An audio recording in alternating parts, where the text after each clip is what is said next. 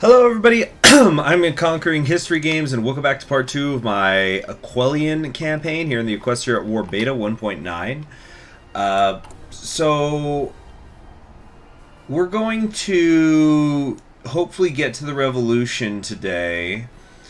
I don't really know if we're going to be able to get a majority in all these various places. Well, we have it in Westkeep actually. It's just a bit much to try to get everything. Okay, so let's just keep coming down here. The one that we're... Yeah, it's in Vinovia that we're the furthest back. So I'm wondering if we need to be going after it. What's this? The head of the snake. Cut off the head of the snake and you kill the wretched beast. King Morisset is the head of the monarchists, and as such he must be the first to die. It is time to devote everything we can to ensuring Morisset dies with the rest of his vile line. The discrets shall not escape the guillotine a second time. So that'll give us some quick political power, so that's good. And then we can do things here like decrease Republican support basically everywhere, but then we get a 60% chance of capturing him. Get extra infantry equipment. This takes us up to 70% chance. 80% chance. So we can almost guarantee if we keep going down here that we'll capture him. Interesting. And I'm guessing that the trade-off here is that you could choose to instead not take some stuff to then keep the political power. I don't know if I'm the only person ever in the world who does that, but I know sometimes I won't take... In different mods, I won't take national focuses just so I can keep the political power. Okay, the Vismian Bloodbath. This is over here with the glass blowers thing. It came to a head when a team of strikers stormed Charles de Vass's mansion on the outskirts of town. Armed with smuggled guns, they massacred the ponies, protecting des Vassy, and took him hostage. In a moment of lucidity, the strikers allowed the family to flee the scene, claiming they were only interested in forcing des Vassys to finally agree to a fair deal. The police were alerted and quickly surrounded the mansion. Negotiations fell apart as the police unit was led by a political friend of des Vassys, whose emotions and anti-communist opinions got the better of him. Shots were fired. The police stormed the building. Chaotic scene left the strikers, pony guards, several servants accused of helping the hostage makers, 5 police grifts, and des Vassys himself dead. The strike fell apart as the strikers split between supporters and opponents of the attack. So they preferred to break than bend. Well, it's good for communism and harmony, so we're okay with that. Gosh, this research is just, it's terrible.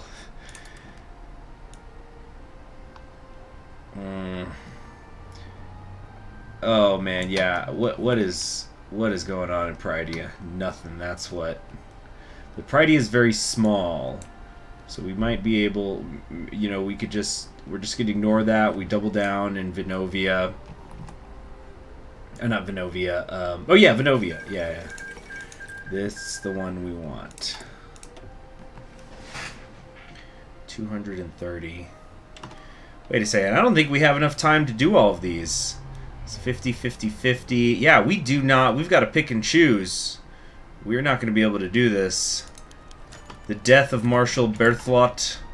That's this one here, I believe. Marshal Bertholot, most responsible for the destruction of the First Aquileian Republic, died today at 87. He was found dead. A quick examination found he passed away naturally. He's seen as a hero by some, and the majority of our people consider him a scoundrel and a lackey. Because that cost us political power, so that ain't good. Let's go ahead and put a discret in charge. We got Leonard Rodier there, the Rodier connection.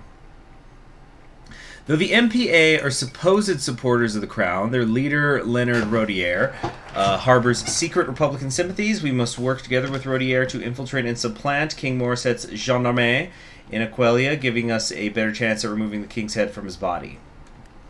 Interesting. I don't see any downside to quickly killing the king. Rodier connection. Yeah, let's do that. I just don't know if we could catch up on this in Vinovia. keeping the support at a majority in the other areas pretty well.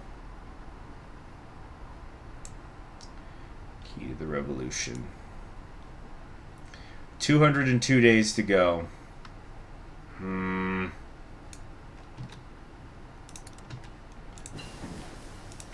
I just don't think we can afford some of this.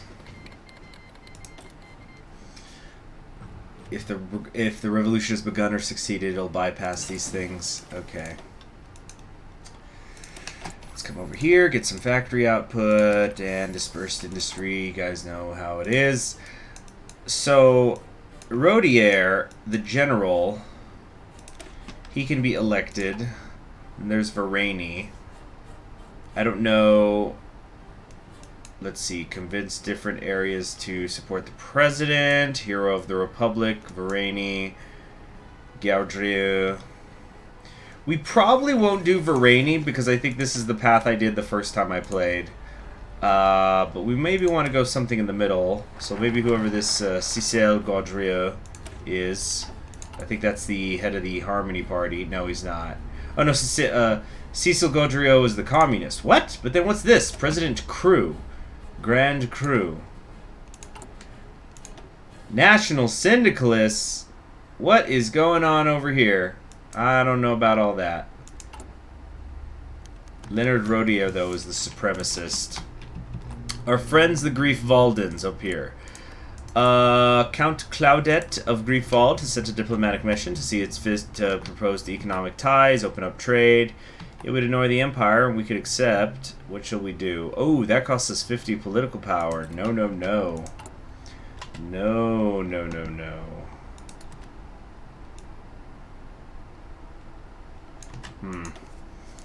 Okay, so let's try to go to Children of the Revolution so we can get more Republican Guard when the time comes. Oh yeah, I also said I was going to read the bit about our capital. So, Twilight Sprinkles, well, I'm pretty sure that should be Sparkles, a bridge guide to the places of the world, 1007 edition. While Griffonia is home to many prosperous cities, few can compare to the vivacity and splendor of Aquila. Indeed, the capital of Aquileia is one of the shining beacons of art and science. Is one of the shining beacons, that's probably supposed to say beacons, of the arts and sciences in Griffonia, and while many cities rest upon the past, Aquileia remains forward-looking.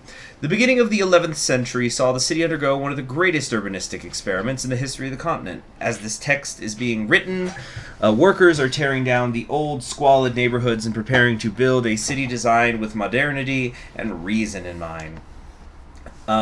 So this is probably referencing Napoleon III's rebuilding of Paris. You got to have those nice, wide, open lanes so the pesky peasants stop making their annoying little barricades every few years.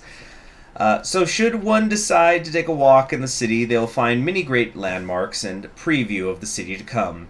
Grand avenues decorated to please the eye of the strollers, an innovative subway, modern and delightful rows of apartment buildings, private palaces, and hotels and luxurious shops. They will be able to find the great Trinity Hill, finally free of squalor, on top of which lies the 3 great white temples dedicated to Ir, Boreas, and Arcturus. It is there that the kings of Aquileia have traditionally been crowned, as shown by the royal banners and tapestries of the ruling king. The Promenade des Ducs is also a major attraction on the banks of the Great Belle River. The Fancy Avenue is home to many museums, libraries, theaters, and private salons where the literate, wealthy, or artistic elites meet and mingle. On the western edge of the city lies the Vehix Fort, an old citadel whose black walls barely survived the sacking of the city by Grover II, and is now home to the University of the city. In the eastern part of the cities, they will find the Domaine Royal with its great parks and palaces, home of the Discret dynasty and the royal government. For those with a taste for the stranger things, many parts of the city host a peculiar undercity called the Catacombs, obviously the Parisian Catacombs, which acted for centuries as the city's boneyard.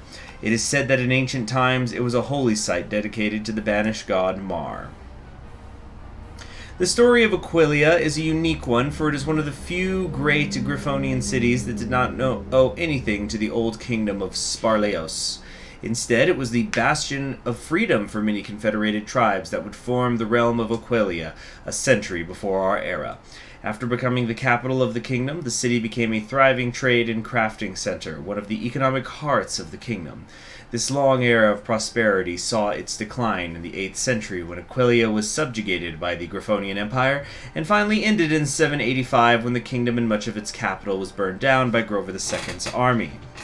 To add insult to injury, the Princess Giselda Discret was forced to marry the angry emperor in the ruined temple of Arcturus on Trinity Hill. This saddest of weddings is still commemorated today, and Princess Giselda hailed as a martyr of the city.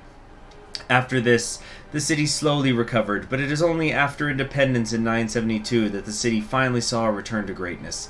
Much investment was made in the city by the Republicans between 980 and 985, and finally during the discreet restoration, which saw the beginning of the great transformation of the city.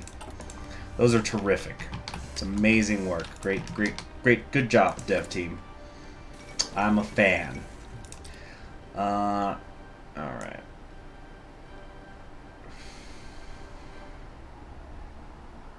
Hold on, what? Oh, that's monarchist support? Yeah, Prydia's not gonna turn. It's not going to happen. Stop trying to make Prydia turning happening. It's not gonna happen. Then again... No. No. We can barely... Yeah, we can't even turn over Venovia. How are we gonna get Prydia?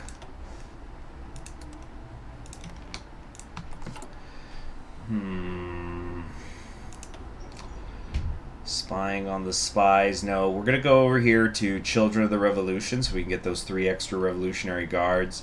And hopefully, yeah, the 60% will be enough. And we'll keep encouraging the radicals in this direction. Prydia is not going to happen. Into the lair of the beast. Stoke the fire. See, if we keep going down here, though... We can get, what is this? Cecilia Duterte and Gabrielle Duval.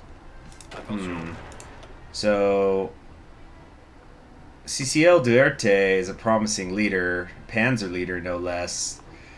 Oh, there's a changeling here, I think. Oh, no, that's a pony. My bad. So, basically, we can have leaders that will get experience quickly join us if we stick to the middle. How many more days do we have? 140 exactly. So we could do, let's see, there's the 40, the 40, the 40. We can't go any further. We're not going to make it.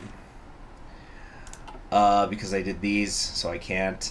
Damn. So, let's do Children of the Revolution, and we'll figure out from there what our next play is. We're getting better in Venovia. That would be super sweet if we could do that. Of course, we're still keeping an eye on things up here, but we've got very healthy leads. Just close the Prydia thing. It's not going to happen. Close that. Close the Floena thing. Alright. Don't care about that. Improving the workers' conditions we're not going to probably do until after the war. We haven't researched construction 1, so we can't do this. Okay.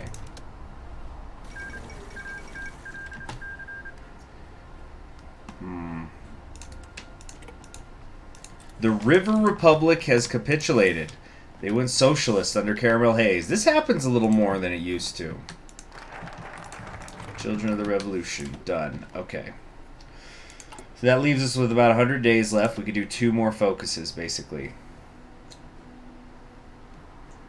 We can get another 3% in Venovia. God, we're getting killed out here. It's not going to happen.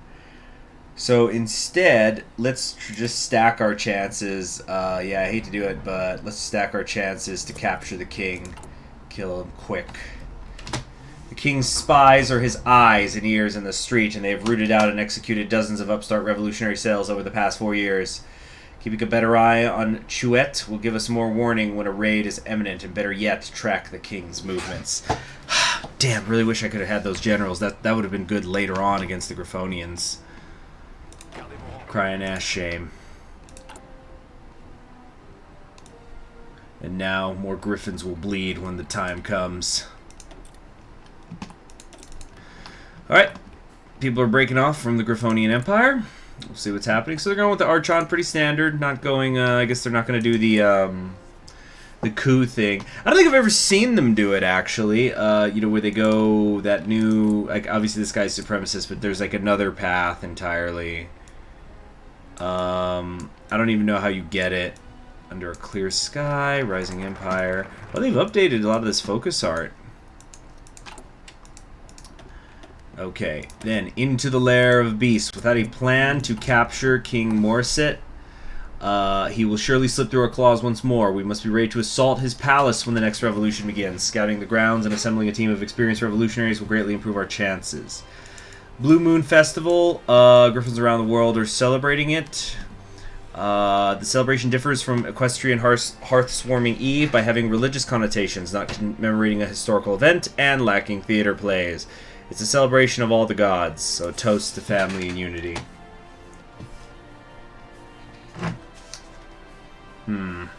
Alright, sorry, I keep going. I'm just gonna... I don't know what's gonna happen here.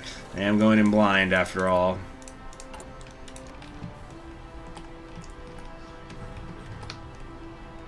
Okay.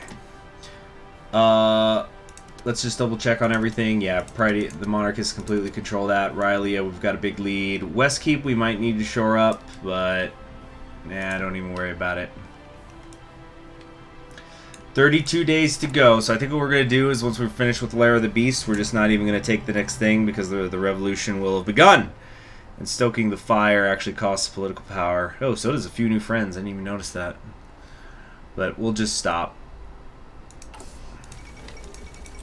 Sinister in charge over here. Okay. And that's it. Here it comes. 14 days. Any last minute stuff I want to do? Guess we could just shore up Westkeep a little bit. Oh, we're finished with that. Yeah, leave it be. Although I guess we could actually come down here if we wanted. Nope, we need to do one more focus. Not allowed. You know, it says concluded or averted, so I do wonder. I guess I'm not going to play it and find out anytime soon. I got other stuff to do, but I do wonder how hard or easy it is to just totally avert the revolution if we do the Reign of Terror. Oh well. The revolution! Here we go. In a stunning display of boldness and elan, former exile Theodore Vereni returned to Aquileia. An army of Aquileian peasantry and formerly hidden supporters at his back stormed the royal palace, capturing the king and proclaiming the creation of the Second Aquileian Republic. As both the Aquileian Republican Army and Socialists fought the Aquileian military in the streets themselves, time will tell what this means for our country, for the country as it falls once again into bloodshed. So, looks like we did manage to capture him. All Relian, Westkeep, Vivonian, and Prydian core states will become Aquileian core states.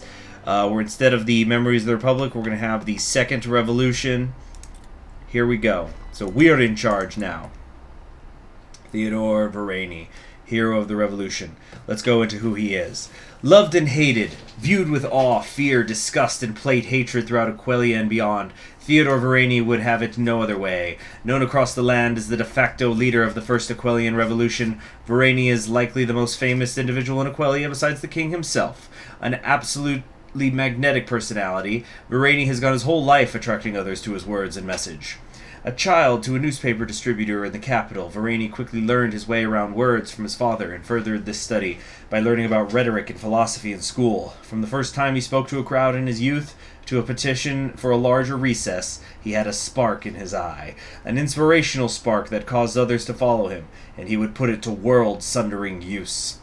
No one is quite sure what got Vereni into Republican thought. The Griff himself admits he isn't quite sure either. But once he did, he definitely was chasing a skirt. Alright. But once he did, he immersed himself fully in the world of underground republicanism, joining all the groups he could to prepare for the day when the Imperials would be thrown out. But then in 978, a griffin named Kermesky beat him to the punch, throwing the Emperor out of his own capital. Triggering his planned uprising, Varani assumed... So, Kermesky, for those of you who don't know, it's the one who's got the Griffonian Republic up here. I've played, I think, 2 campaigns as him before. Go check those out if you're interested.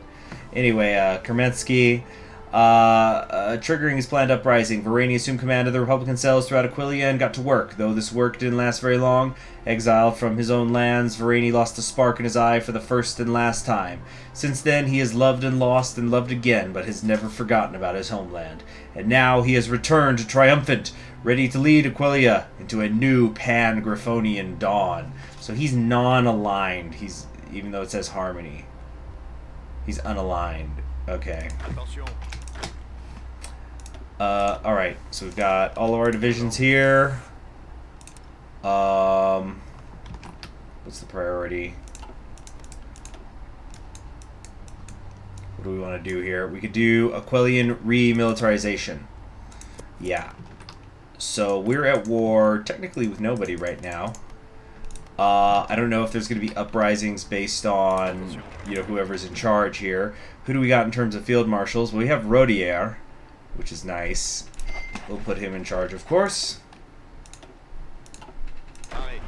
And I thought we didn't have the thing where Gabriel Duval was going to stay with us. You know, there's probably going to be an event here in a minute. But let's, for right now, get ourselves on this front line here. Guessing that we'll be able to just take these straight up. The Second Aquileian Revolution! The Kingdom of Aquileia, for the second time in recent history, is embroiled in revolutionary turmoil. The so-called Second Aquileian Revolution. The Republican and Communist supporters have managed to quickly overwhelm, apprehend, or eliminate Loyalist forces in several regions, throwing this country into chaos. The Republic is fiercely opposed to the monarchist supporters who have sworn to destroy the revolutionary spirit once and for all. The Republic braces itself for the coming storm, ready to defend their ideals and values to the death. The Republic has returned. By the way, we see this event so much, but yeah, it's great, you know, them raising the flag. Alright. Let's get right here. Oops. Not what I meant to do. Not what I meant to do. Stop it. There we go.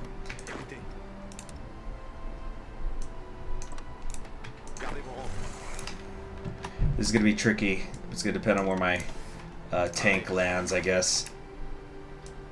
Okay.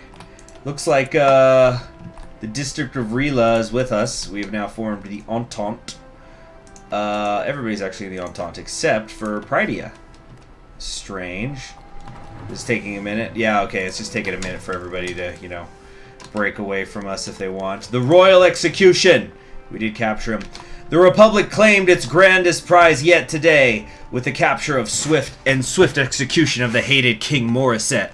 A daring raid last night saw the royal palace seized before the break of day, and King Morisset was captured before he could slip out of a hidden passage in his bedroom. The king was immediately taken to his throne room in irons, where the council had set up a court to try him from the room where he once condemned thousands of revolutionaries to their deaths with his words alone. Today, however, the king seemed less interested in defending himself from his crimes, instead spewing insults at Theodore Varani, the Republic, and the Griffins of Aquileia who had brought him to justice. He was swiftly found guilty by unanimous decision of the court, and was dragged to the town square to meet the guillotine that had claimed so many of our comrades. The royal continued to spit forth vile slander against the Republic, threatening his unending wrath were he not released, up until the moment the blade removed his head from his body. He had very little to say after that. Unfortunately, the king's daughter, Vivienne,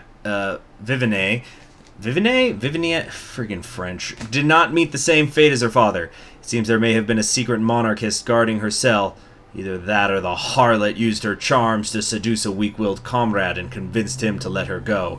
Whatever the case may be, the hated Discret dynasty lives on, though with the king dead, Vivian is likely to see her friends and supporters abandon her in the coming weeks. It's only a matter of time now. Thus unto tyrants! And so Vividin Discreet becomes leader for the non-aligned party. This helps harmony, political power, and stability. That's what I like to hear. Okay. So we haven't gotten the decisions yet. Oh, House Erie and Erie are now at war.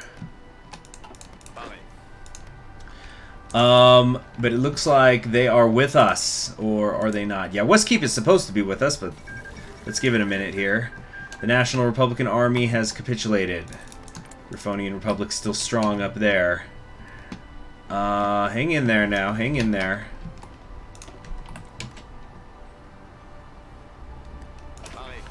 Can we just rush the capital?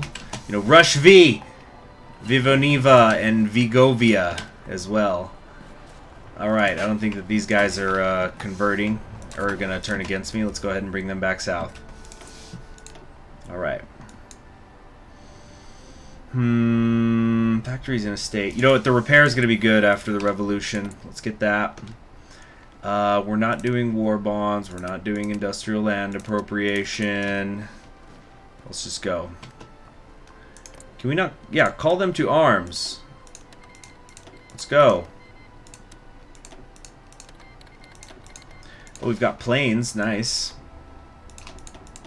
And an ace. Pilot Ace Alexandria Sasha LeBlanc. Wasn't that nice? Why are we not able to just assign them here? Okay, whatever.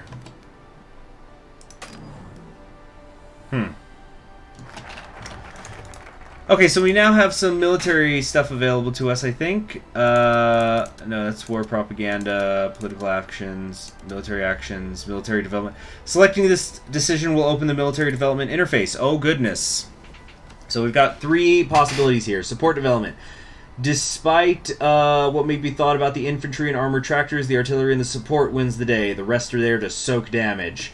General Eagleheart, you know, artillery! Okay, General Eagleheart advocates for focus on improving the effectiveness of our artillery doctrine along with an effort in improving some of the more specialized sections of the army. Please, everybody, tell me what other Hearts of Iron 4 mods are doing things like this. This is beautiful.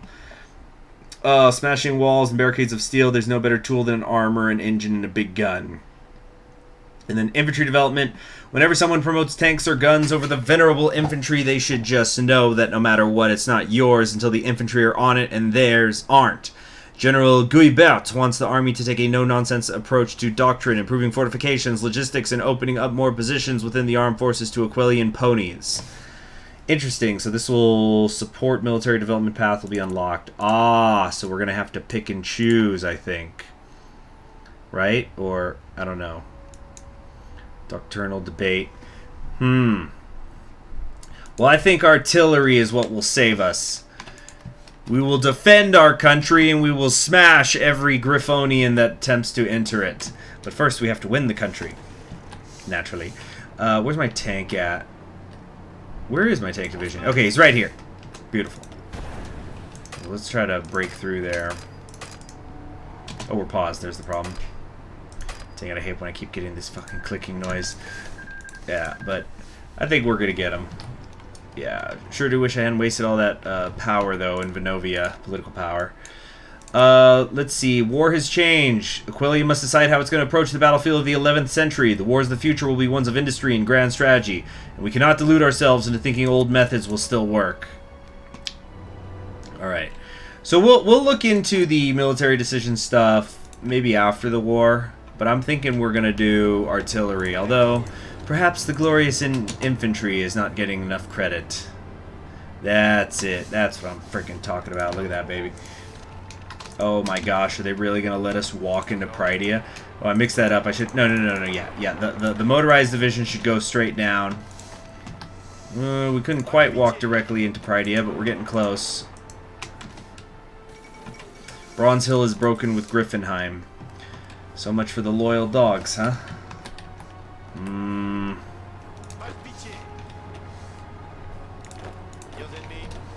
Let's get one of you to come down here and surround Prydia.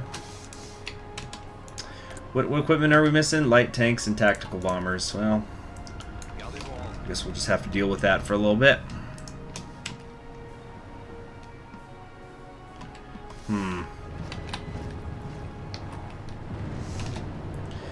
Little cramped. Very tiny tiles around here. It's alright, though. Yeah, we've got our allies all rushing in here. We're going to be okay.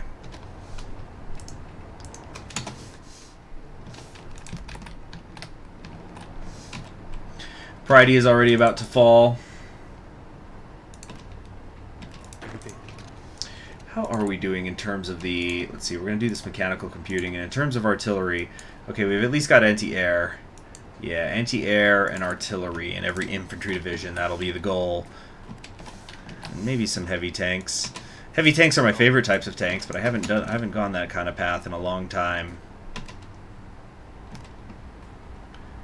Good, good. We're squeezing them hard. Good. Keep this guy pinned down. It's just too much. It's just too much for them, and I love it.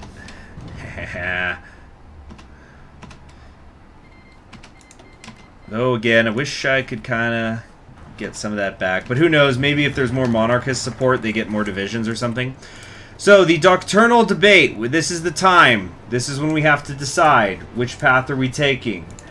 And you know what? I think we got to switch into one of these right now.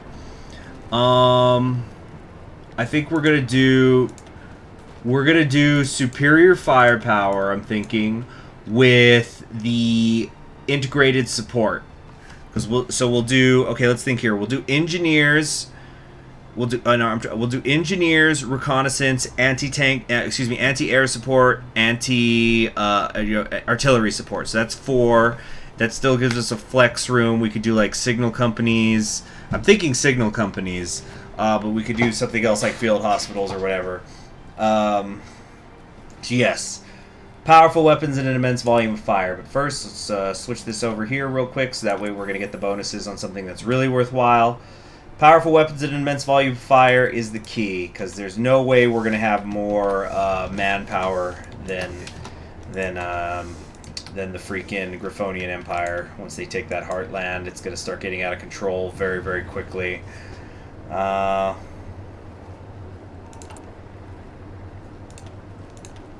Support companies. Yeah, we'll do the support companies. Oh, shoot, we need to get radio.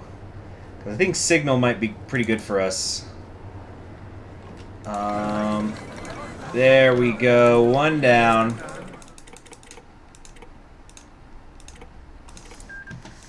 Very good. And do 3rd branch of the military, but I've only got so many factories I could use. If I'm going to be doing anti-air, maybe I don't need to worry about the Air Force Doctrine. But on the other hand, some of this stuff's pretty good. Are we short on aluminum? We're not importing any. Oh, shoot. Before I forget, let's do the rubber company. Oh, yeah, I need construction 1. Damn it, I need more of everything. Where can I get another research friggin' slot? Over here. I can't do this until the Aquileian Revolution is over. Well, hell's bells. Then let's get... Let's see, assault, proliferation, queen of the battlefield. Let's do the infantry weapon stuff.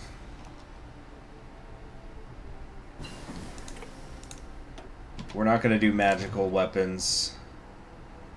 Okay, we do that, do that. Yeah, we can get to the Mac 40s pretty quick then. Alright. Signal companies can wait. We don't need them right now.